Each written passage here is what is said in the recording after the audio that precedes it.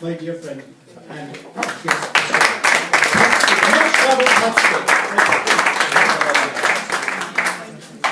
so between myself and yourself, we're like playing hold the loads. My back is telling me I'm shifting concrete all day today, so I'm knackered. Just between the two of us. It's more here, like really exciting there. I've got little lights in the car. But now that my dear Danny, if you get the German contingent are in. That's, I'm only saying that now when I'm trying to remember what story I want to tell. I know there are people from Italy here, and maybe you have something similar to what we had in Ireland long ago. We used to drink out of jugs, out of jars, out of everything.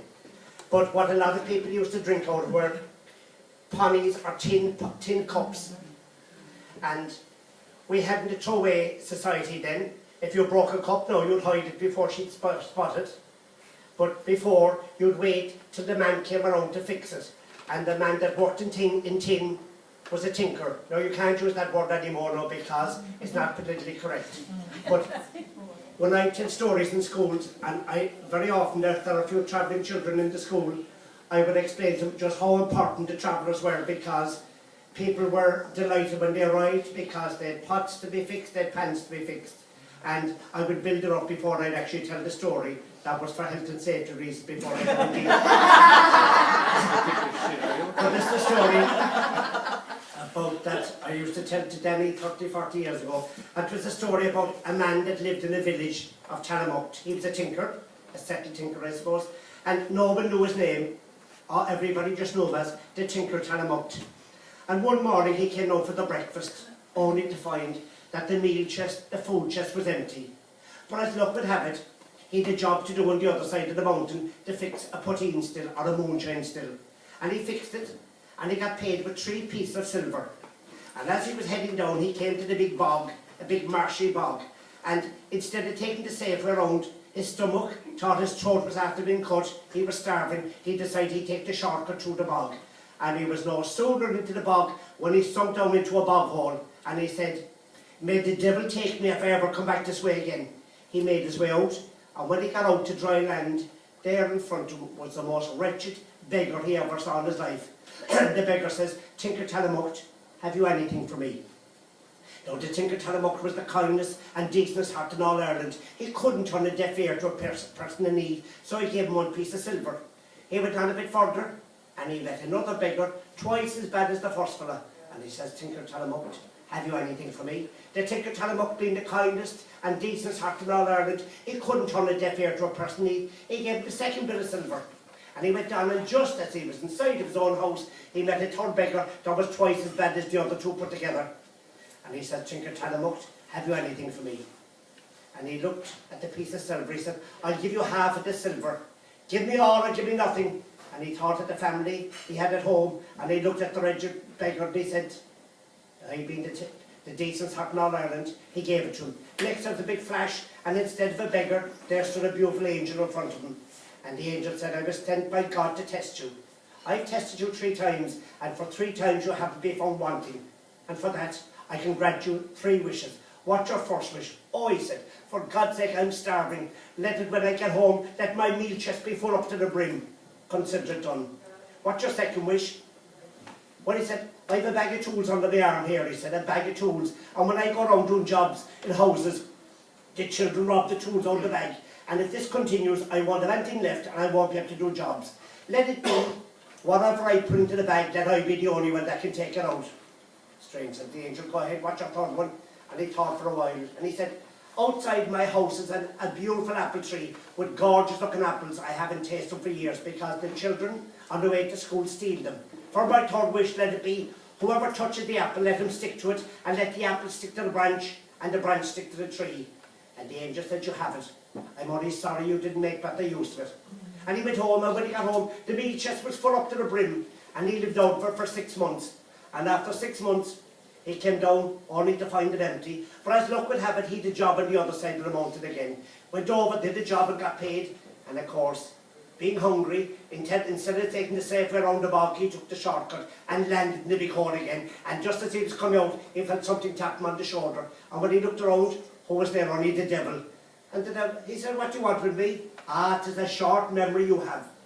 "It isn't too long ago you said, may the devil take me if I ever come back this way again, I've come to take you." "You're all right, I'll go with you," he said. And as they were coming near the village of Talamuck, because the road to heaven and hell divides on the other side of that village, it is on every ordnance survey map, anybody can see it. So as they were coming near the village, he said, "I know you're a decent old skin," he said, "but the people in this village don't like you, and if they see you, they'll batter you. But I believe you have great power. I've all the power in the world. Why don't you turn yourself into a bit of lead, and I'll put you into the bag, and when you get out the other side, I'll leave you out." And of course the devil, not suspecting a thing, turned himself into a bit of lead. The Tinker Talamuck put him into the bag and walked straight up to the blacksmith and shop and said, "I think I did devil himself inside in the bag here.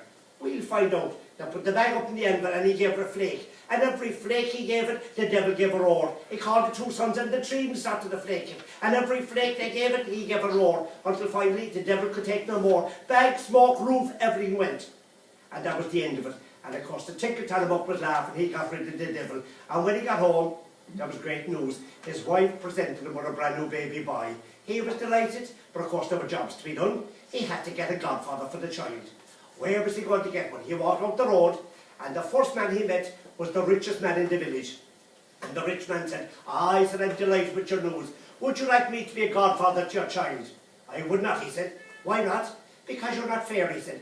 "You're there," he said, "with your fine big house sitting up on a hill with plenty heating, sheds out the back, plenty food and everything like that, and I'm cold and hungry, and you're not fair."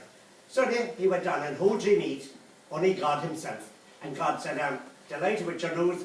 Would you like me to be a godfather to your child?" And the Tinker Talamuck said, "I would not." "What?" says God. "Why not?" "Because you're not fair," he said. "You leave that rich man up there with all he has got in the winter, all the heat and everything, and I'm cold and hungry. You're not fair. You're not going to be a godfather to my child."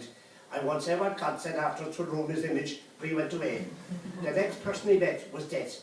And Death said, "I'm delighted with your news." And before he could say another word, the Tinker Talamuck said, "Would you honour me by being a godfather to my child?" And Death said, "Me? Why me?" "You," he said, "because you're the fairest of all. You come to the young, the old, the rich and the poor. You're the fairest." So he did. And after the christening, Death called him to one side. He said, "This is the jug shrine to hear the drink of life. If you come into a house and find somebody dead or dying, 2 drops in their lips and they'll jump up alive. Provided," he said, "I'm not at the head of the bed. If I'm at the head of the bed, that meant I'd pick that person for myself." So the Tinker Talamuck went around Ireland bringing people back to life. There was way more money in it and it was cleaner work.